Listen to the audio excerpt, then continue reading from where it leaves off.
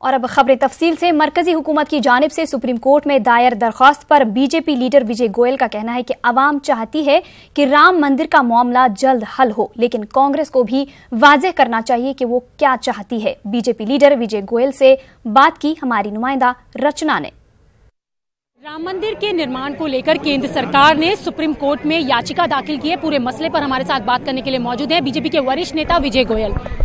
विजय जी, जिस तरीके से राम मंदिर के निर्माण को लेकर कल एक याचिका दाखिल की गई है सुप्रीम कोर्ट में, इस पर आप क्या कहना चाहेंगे? नहीं, मुझे कुछ नहीं कहना है, सारा देश कह रहा है। 130 करोड़ लोग चाहते हैं कि प्रभु राम का मंदिर बनना चाहिए। ये भावनाओं से जुड़ा हुआ मुद्दा है और मैं तो कहता हूँ सब पार्टियों को इसका समर्थन करना चाहिए। तो फिर जो लोग कहते हैं ना बीजेपी इसको चुनावी मुद्दा बनाती है, तो मुद्दा समाप्त हो जाएगा और लोगों की भावनाओं की कदर होगी।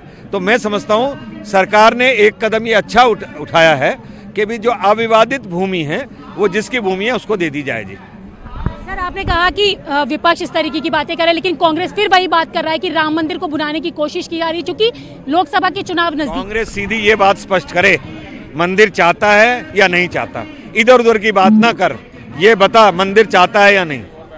सर, मंदिर तो सभी चाहते हैं, तो अब कितनी उम्मीद देखी जा रही है कि भव्य मंदिर जो राम जन्मभूमि पे राम के मंदिर बनना है वो कब तक होगा? प्रयाग के अंदर आपने देखा है सब लोगों ने बड़ा स्वागत किया है और वो चाहते हैं सब लोग, और वो पूरे देश की भावना है।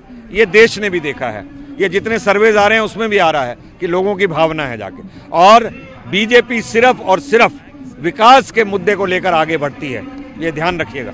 आपने देखा, ये थे हमारे साथ बात करने के लिए बीजेपी के वरिष्ठ नेता विजय गोयल, जिनका कहना है कि बीजेपी सिर्फ और सिर्फ विकास के मुद्दे के साथ आगे बढ़ती है। कैमरा पर्सन हनु सैनी के साथ मैं रचना, न्यूज़ 18 दिल्ली।